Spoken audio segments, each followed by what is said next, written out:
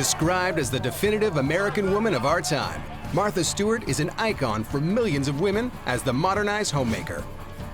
The first self-made female billionaire in the U.S., Martha is extolled by both men and women for her business savvy. Martha Stewart, you can say anything you want about her, but she's brilliant, she's a marketer, she's got that drive.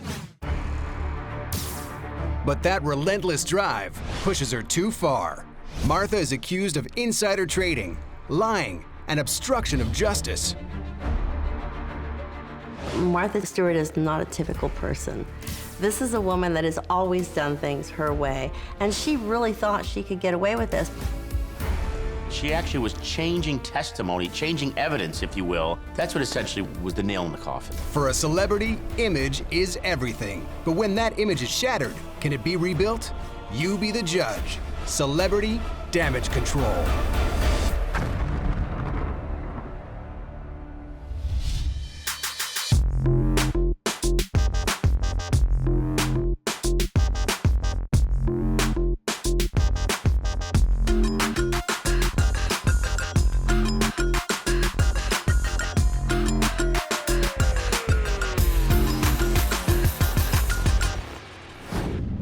Martha Stewart takes a basement food catering business and turns it into a multifaceted company worth millions that she operates with cool and control.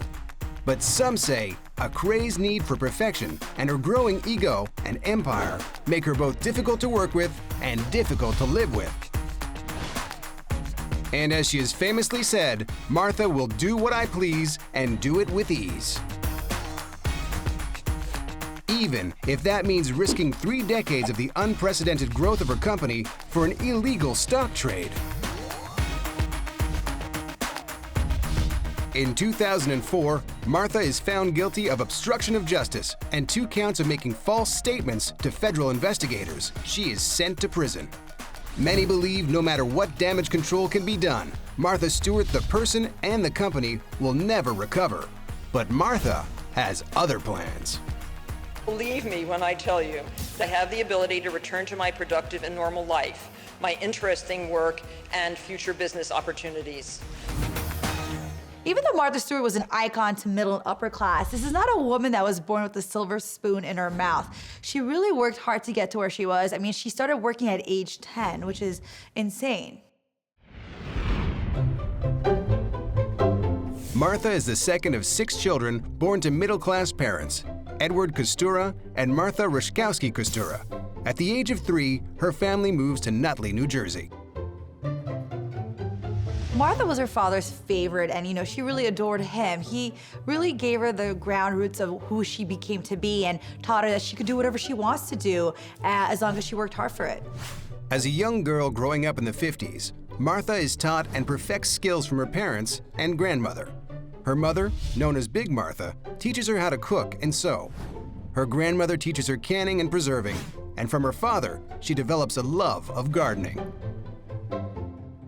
Because she came from a background of perfectionism, her father was a person who instilled being a perfectionist and reaching, going for the top. This is a lesson that Martha Stewart learned very, very well. And I think in many ways, this was the basic construction of Martha's psychology. It was about the perfection. And if there was anything less that happened in her life or that she faced, then she became angry. Martha's sister, Kathy, has been known to say their father always instilled a sense they could achieve more than most people. As a result, Martha's entrepreneurial inclinations begin at an earlier age than most people.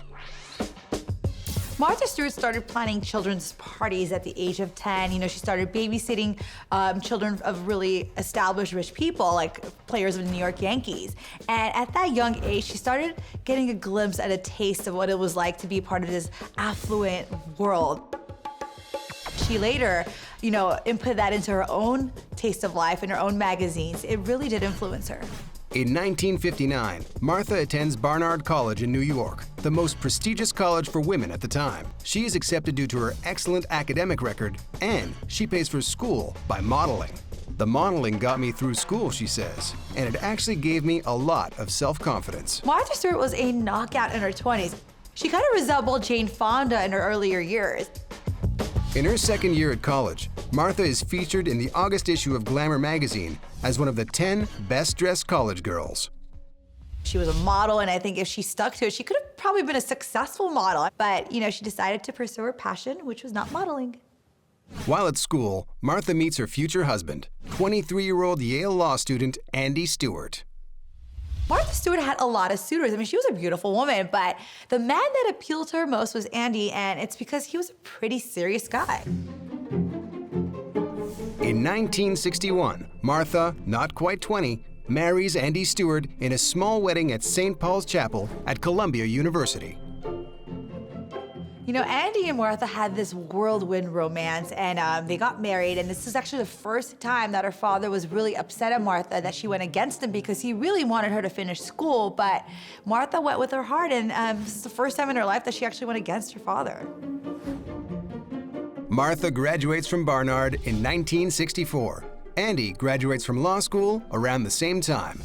In 1965, Martha gives birth to their first and only child, Alexis. After 2 years spent as a full-time mother, Martha decides to return to work. She takes a course to become a licensed stockbroker. In 1967, Martha receives her license from the New York Institute of Finance. In 1968, she is hired by the boutique firm of Monis, Williams, and Seidel. When Martha was a stockbroker, this is a point of her life that she got to see the high society of New York City. She got invited to these amazing parties with men who were really wealthy. She got to, meet the upper echelon of New York City and grow her own circle, which would later actually benefit her future venture. When recession hits, Martha decides to leave Wall Street and spend her time restoring the 19th century farmhouse she and Andy purchased in 1972 in Westport, Connecticut. She raises pigs and goats and makes cheese. Her focus shifts to more domestic pursuits, and she devotes herself to becoming an expert cook. In 1975, she starts a catering business in her basement with a fellow model and friend. But their partnership doesn't last long, and her friend later reveals that Martha was a nightmare. She was really difficult to work with, and she explained stories where Martha went behind her back and took catering jobs on the side without even telling her. The partnership with her friend sours, and they split up. But Martha continues the business on her own.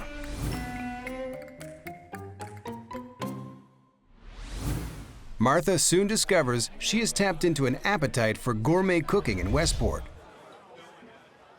She sets up a table selling high-priced goods at the Common Market, a local mini mall with upscale boutiques and specialty shops.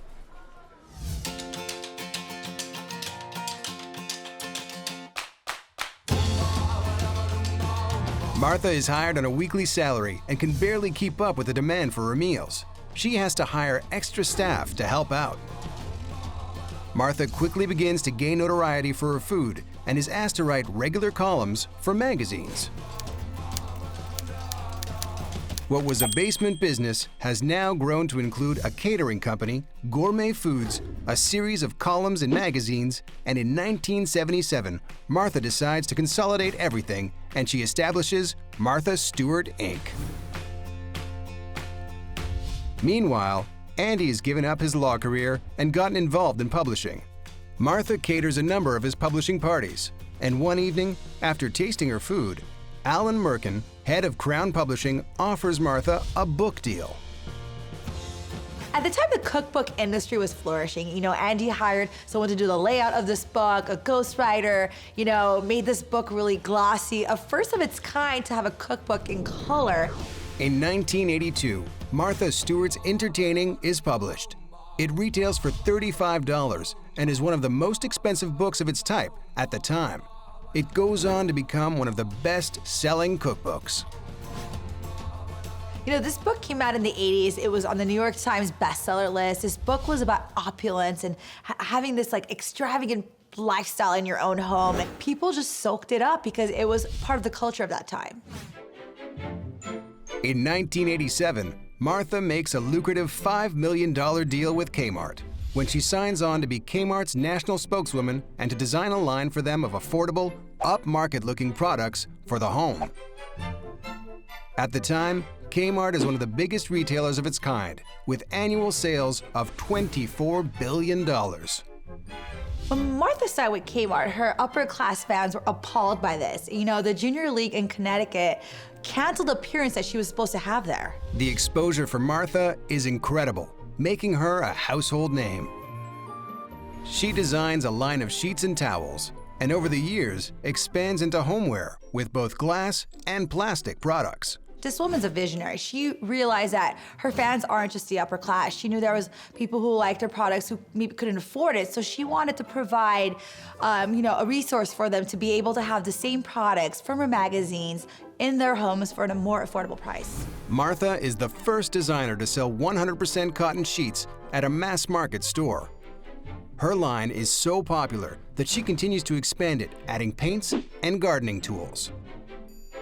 Millions of women might want to be perfect like Martha. But to the members of her family, the demand for perfection is a heavy burden. Andy is finding his life with Martha very difficult. He feels she endlessly berates and belittles him. Martha Stewart's brilliant. She's a marketer. She's got that drive. All of that, of course, comes from being a perfectionist, almost having an OCD, everything having to be absolutely perfect in her way. That brings a lot of financial success. It brings a lot of great achievements. But imagine being the person married to someone like that, who has to have it just so. Things reach a boiling point in 1987, and Andy Stewart obtains a court order forbidding Martha to speak to him and moves out. Is Martha the picture-perfect American businesswoman, or is she a monster who's beginning to spin out of control?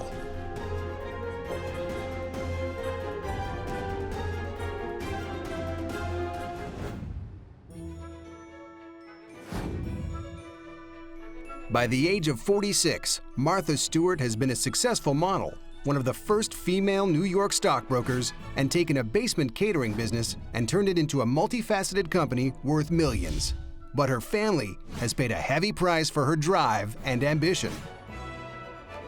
As Martha's star continues to rise, her personal life begins to crumble. In 1987, Andy Stewart obtains a court order forbidding Martha to speak to him and moves out. For Martha, this was a major, major blow in her life. Imagine being this perfectionist. Everything is perfect the way you want it in your environment, but then you fail at the thing that you cherish the most, your loving relationship with your husband. He felt that he was being berated, stepped on by her. She never considered his feelings. It was just about her, the way she wanted it to be done. In this biography, Martha Inc., they reveal that Martha Stewart blamed her husband for everything. Even when he couldn't bring home money because he was, sick because he had cancer, she was really upset with him. In Erica Young's book, Seducing the Demon, she reveals that she had an affair with Martha's husband at a publishing conference in Frankfurt, Germany, and that Martha had blamed her for 25 years for ending her marriage. Young also says Andy claimed Martha was verbally abusive and tried to control him. The dysfunction in the relationship because of this perfectionism now reaches the point where Martha and Andy get divorced. And Martha said very clearly, it wasn't her idea. It was Andy's idea. And so we can only imagine Andy just could not take being in that relationship. Somehow love was lost. And he does something which is what I call very passive-aggressive. A big nyang to Martha, which is to marry one of her assistants. In 1990, Andy and Martha divorce.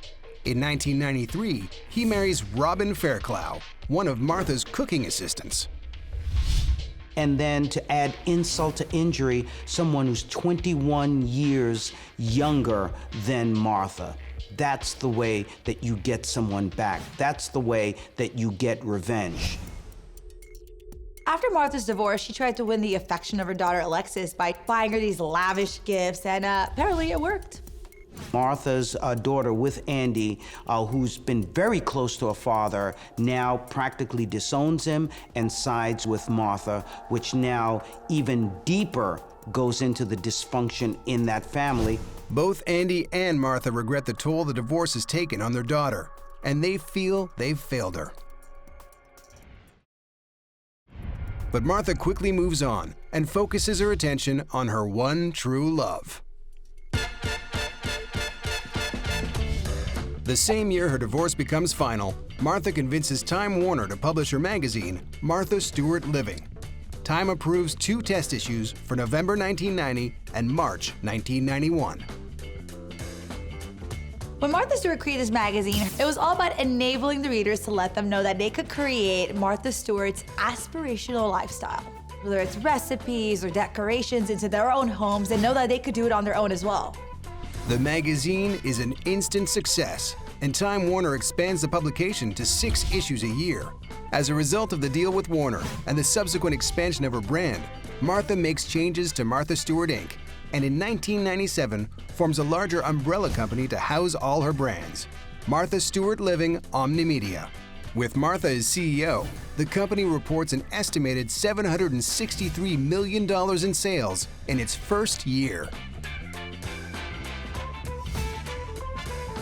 You know, to be able to create this lifestyle that Martha Stewart has, it's not as easy if you're just a regular consumer. I mean, Martha Stewart has a whole staff. She has a whole team, a large team that is. Martha's television program becomes a success, and she coins her now famous phrase, "It's a good thing." She also serves as a regular contributor on CBS's The Early Show and stars in several holiday specials for the network. Martha's kind of like Oprah, you know, she's created a business around herself. Martha Stewart is the brand. Now divorced, Martha begins dating a number of high-profile men, including Charles Shimony, the billionaire head of Microsoft Software, and actor Anthony Hopkins. Martha Stewart was actually in a relationship with Anthony Hopkins, and the relationship ended because she couldn't handle being with him after seeing him Silence of the Lambs. And I gotta be honest, that's a scary film. I can't blame her. A number of years later, in 1996, Martha is in the tabloids again. This time it's for a feud with her East Hampton neighbor, property tycoon Harold Macklow. When there's a little bit of a dispute over property lines with her neighbor, and she takes a vehicle and rams her neighbor's gardener. Now, this is something that becomes devastating on an emotional and financial level. Martha pins the gardener between her vehicle and a security device, but he's able to get free unharmed. The feud had been going on for over a year, and Martha had taken it all the way to the state Supreme Court, where she is quoted as saying, "He has taken my air, my light, my breeze." The police decide not to prosecute, but Martha's legal bills associated with the case are in the hundreds of thousands. Things get worse for the American icon when an unauthorized biography of her, titled Just Desserts by Jerry Oppenheimer, is published in summer 1997. A lot of these books that are coming out seem to be talking about how mean she is and what a tough boss she is and how hard she is to work for. If she were a man, she would be tough and brilliant and driven. But she's a woman, so of course she's a bitch. The book Just Desserts alleges that Martha was an out-of-control, demanding wife, flinging the breakfast trays at her husband and making him change a tire in the rain without a raincoat as punishment for bad driving. In the book, Martha's employees are quoted as describing her as greedy, egomaniacal, and a dictatorial bully. Time magazine named Martha Stewart one of the most influential women. This was at a time when it was mostly men doing this, but a lot of people think of this as an honor. Time magazine's pretty adamant that it's not really an honor, it's people that have done things to really influence the world. In 1997, Martha buys her magazine back from Time Warner for around $75 million, using profits she made from her deal with Kmart. That same year, Martha Stewart Living Omnimedia Inc. goes public on the New York Stock Exchange. By the end of the day, the price of the shares in the company jumps 95%, and Martha, who controls 96% of the shares, is now worth $1.2 billion on paper. Martha is considered to be the first self-made female American billionaire in history. Even though Martha was an extremely successful businesswoman, the portrayal of her as CEO and leader of her company by her employees was not flattering. Martha's employees are quoted as describing her as extremely difficult to work with, insisting on personally approving almost every item. Because she's so rigid psychologically. She's so much into that perfectionism that she doesn't allow good emotions, healthy emotions, even signs of weakness, which may be part of human living, to come through. In the year 2000, Martha Stewart Living Omnimedia, Inc. announces that the publication of Martha Stewart Living will come out 12 months a year, and there will be a special baby edition. It's a thriving multi-million-dollar company. Martha is on the board of directors of the New York Stock Exchange. She seems untouchable, but it is all about to come crashing down.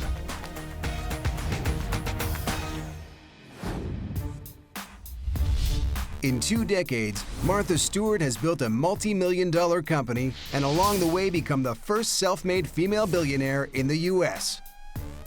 But her relentless drive has also cost her her marriage and created unflattering accusations of being a tyrant and a bully.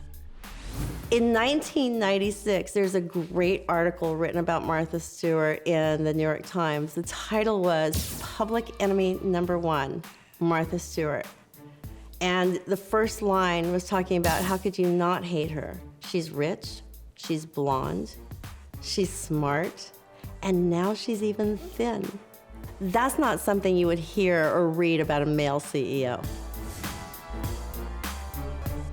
In 2002, rumors begin to circulate that Martha has engaged in insider trading. Insider trading is actually the sale or purchase of securities when you have information which is not known to the public.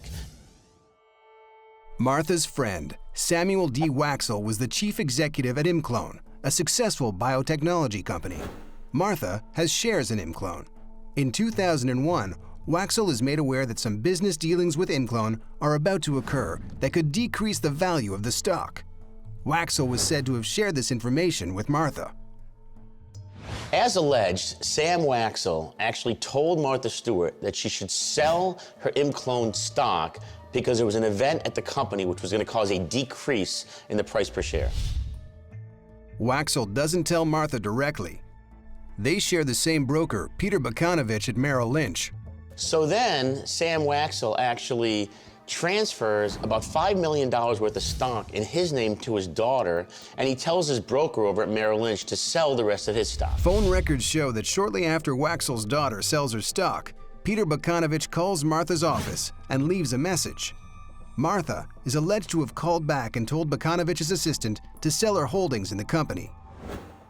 $228,000 worth of stock sold within minutes of the call.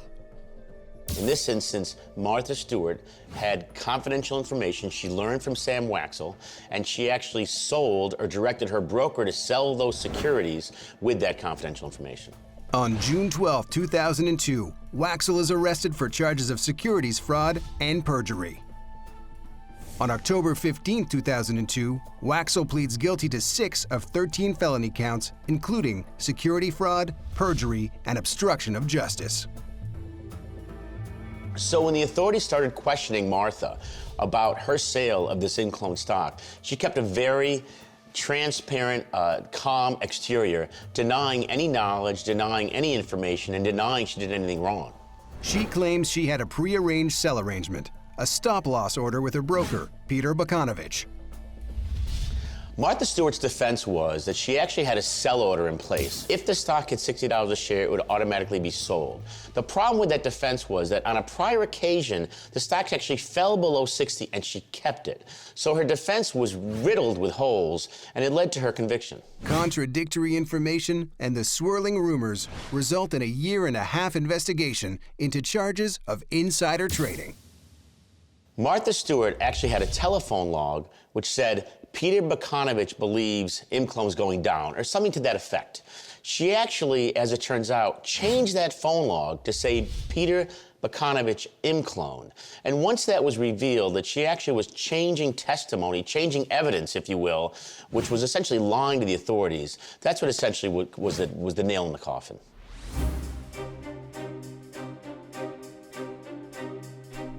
Peter Bakanovich's assistant pleads guilty to a misdemeanor charge of misleading authorities. He claims he was pressured to lie about the message exchange between Martha and Bakanovich. Using the assistant's testimony, the authorities go after Martha. On June 4, 2003, Martha Stewart is indicted by a federal grand jury on the charges of securities fraud, making false statements, and obstruction of justice for her handling of a personal stock trade. Martha takes out a full-page ad in USA Today proclaiming her innocence. Her board of directors, realizing the negativity and the bad press this was causing, told Martha, give back the money, be humble, and get along with the authorities and let this pass over, which was actually a smart move of the board. Martha, on the other hand, did not listen to her board and steadfastly maintained that she did nothing wrong. However, many of her critics seem to feel she is finally getting her just desserts. Some would argue that Martha Stewart essentially embodies everything that's wrong with capitalism. This desire to make every dollar you possibly can, $228,000 when she's worth literally billions. The other school of thought is that she's a victim. She's a woman. She's a woman that the prosecutors went after very hard, and she has turned a business, which was a small business in Connecticut, into a massive, one of the largest magazine publishing TV companies in the world. Martha resigns her position on the board of directors of the New York Stock Exchange and voluntarily steps down as CEO of her company, but stays on as Chief Creative Officer. The board of directors of Martha Stewart Living Omnimedia, Inc. begin a campaign to shrink Martha's visual presence in the company, and on the advice of counsel, reportedly lessen communication with her.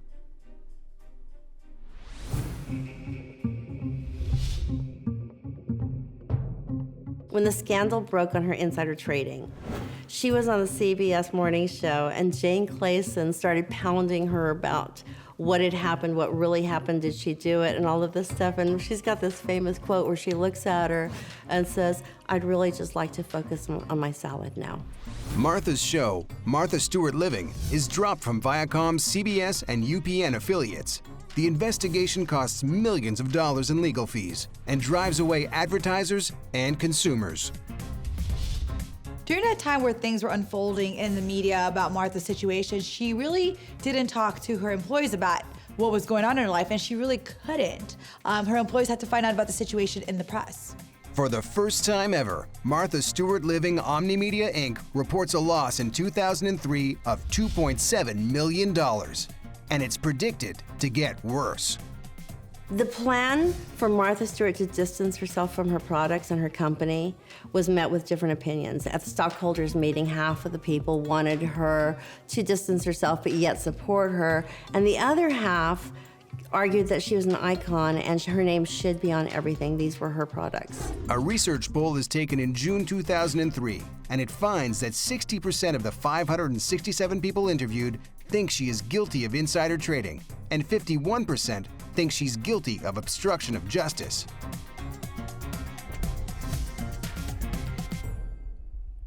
The trial is set for January 2004. Martha is facing the possibility of 10 years in prison and a $1 million fine.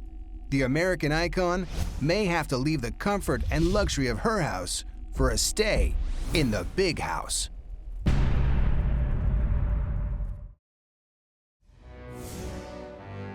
After 3 decades of the unprecedented growth of her company, making her one of the richest women in North America, Martha Stewart may have risked it all for an illegal stock trade.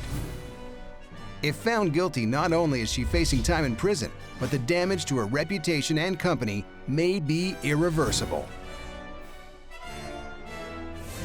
Martha's trial starts in January 2004. The trial takes 6 weeks.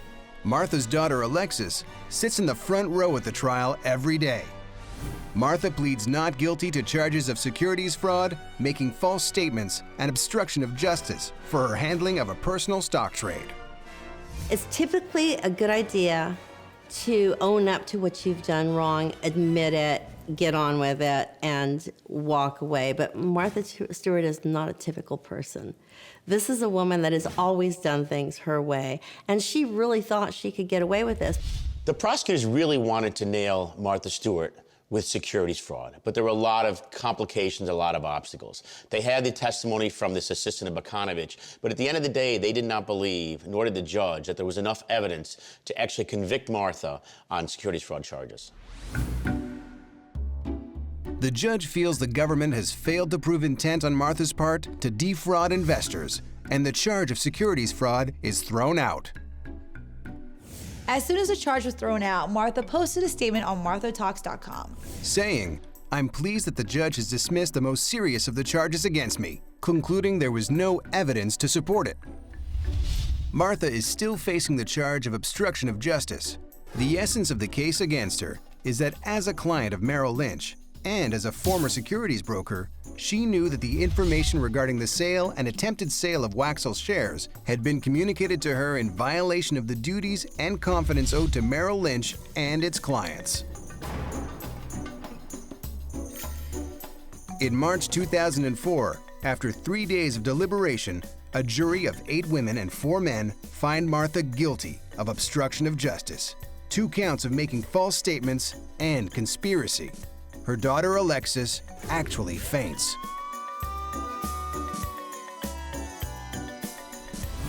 Following the conviction, Martha Stewart Living Omnimedia Inc. suffers another loss. Shares drop 22%. After Martha was convicted, she had to undergo sentencing. And in response to the sentencing memorandum by the government, she actually wrote a very long 4-page letter explaining to the court, which is typically done, how her company would be going under, how it would ruin her life if she had to actually go to jail, and how essentially this would result in the ruination of her whole career. Whenever you're dealing with sentencing, you have to be very sensitive to not inflaming the court, not being too strong, as Martha may have been, but also letting the court know that you give to charity, that you're actually not a bad person, that you give to society, and that you can benefit a lot, and other people can benefit from you not going to jail. Martha is sentenced to 5 months in prison, 2 years probation, 5 months of home confinement with electronic monitoring, and a fine of $30,000.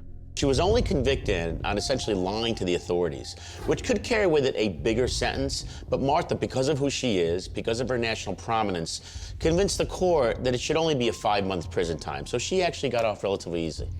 September 15, 2004, Martha, her lawyers, and members of her board hold a press conference. I had decided to ask Her Honor to vacate that stay of sentence and beginning my period of incarceration as soon as possible. Martha Stewart, knowing that her company is just thriving successfully, said, I'm not going to wait for the appeal, even though I did file an appeal. I'm going to actually go to jail. Let's get it over with. I don't care if I sleep on the floor, I think was one of her quotes. Why?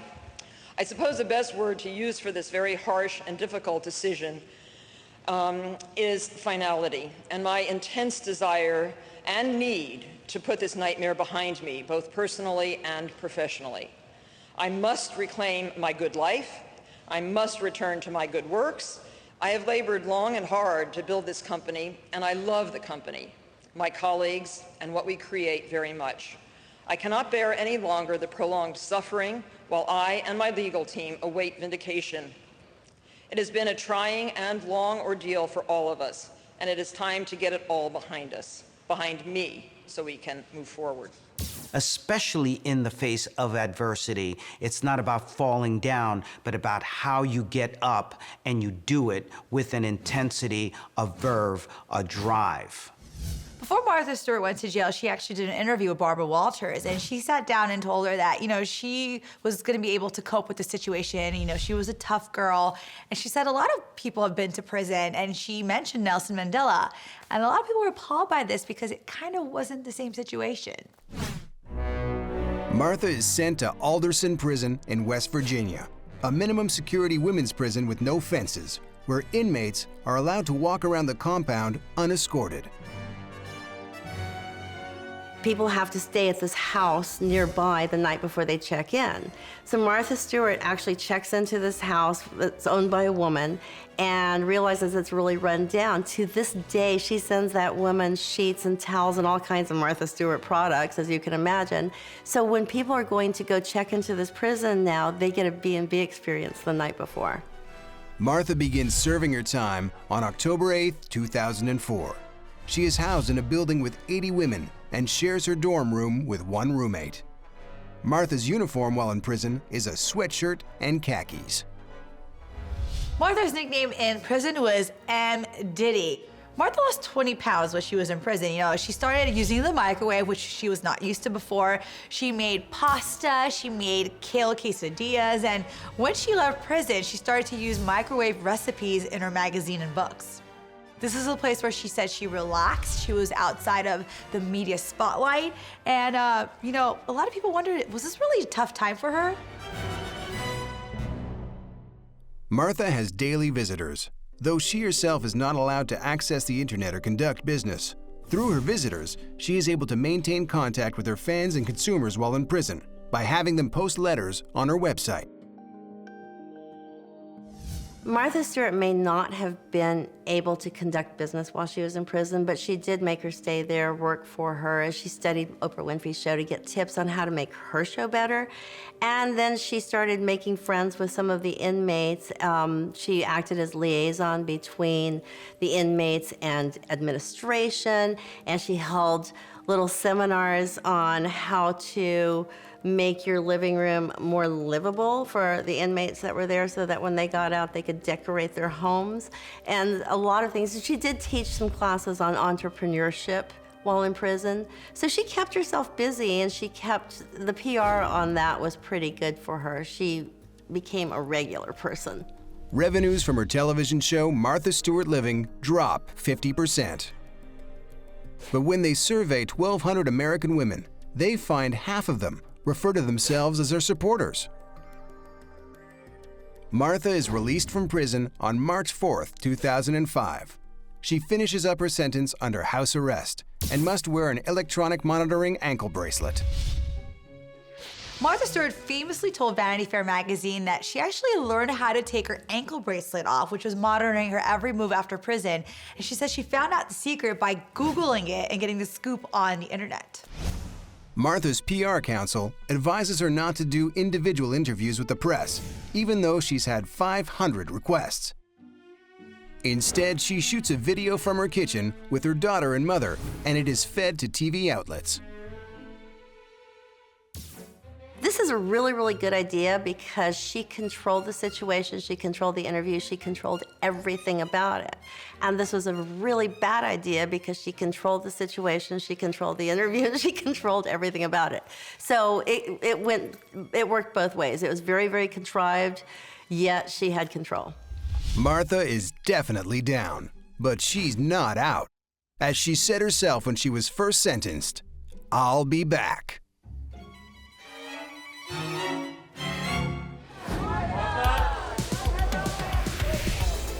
By the year 2005, Martha Stewart has had a 30-year roller coaster ride of success and failure. She has risen to the top of her profession, becoming the first self-made female American billionaire. She has been an idol to millions of women, and she has suffered the humiliation of a public and acrimonious divorce, as well as 2 unflattering, unauthorized biographies that paint a picture of her as a bully and a tyrant. And worse yet, she has been convicted of insider trading, resulting in a fine and imprisonment, and suffered the loss of control of her own company. However, far from defeated, she is determined to once again be at the top of her game. After the fallout of the trial, recovery is quite swift for Martha. The comeback campaign began at her sentencing, and it has been successful. During her time served in prison, the value of her company's stock has more than doubled, and she is once again a billionaire. 3 days after her release, Martha returns to her West Chelsea offices wearing a brown suit, gold necklace, and stiletto heels. arriving to the music from her TV show and blowing kisses to her employees. Not long after, NBC announces 2 new TV shows with Martha as host. One is a spin-off of the hit series, The Apprentice. Martha Stewart began her comeback tour in 2005. She had the Martha Stewart Show, she had The Apprentice, so she had daytime and primetime taken. The Apprentice only lasted a year, but she still considers that to have been a success because it had 6 to 7 million viewers every night that it showed. After the announcement of the new Apprentice show with Martha, stock prices in Martha Stewart Living Omnimedia Inc. rise 9%. The show gets poor ratings and is canceled, but Martha insists it is a triumph. Oprah Winfrey comes out in support of Martha and books her to appear on the show to discuss her time in prison, what she has learned, and the comeback of her company. Martha Stewart did an interview on the Oprah Winfrey Show, which was brilliant for her career because not only did it show in the interview that she was doing well in her recovery and in her comeback, but it showed that she had the support of the most trusted woman in America. In 2005, Martha launches a new radio show based on her magazine on Sirius Satellite Radio. She releases a new book, The Martha Rules: 10 Essentials for Achieving Success as You Start, Build, or Manage a Business. Martha releases several more books and becomes a regular contributor on The Today Show. Her new talk show, The Martha Stewart Show on NBC, is growing in success. In 2006, it's nominated for 6 Daytime Emmy Awards, including Best Host and Best Show. Martha also signs on to do a guest spot on Ugly Betty.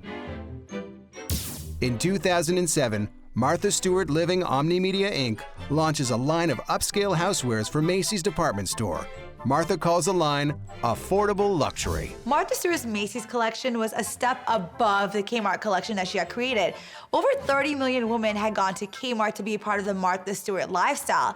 And with the Macy's collection, Martha Stewart was hoping to, reach out to that next income bracket. Then Martha decides to start working with animals. She has animal products that she's developed that are selling at PetSmart. She gets an award from the ASPCA. Everything about animals. Now, is this a good PR move? Yes.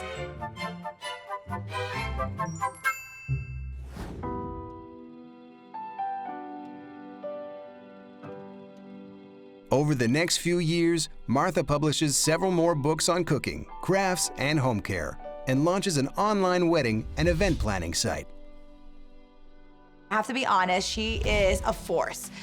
She is a strong woman, she's a pioneer in her world, she's an entrepreneur, and she's a role model for many women out there.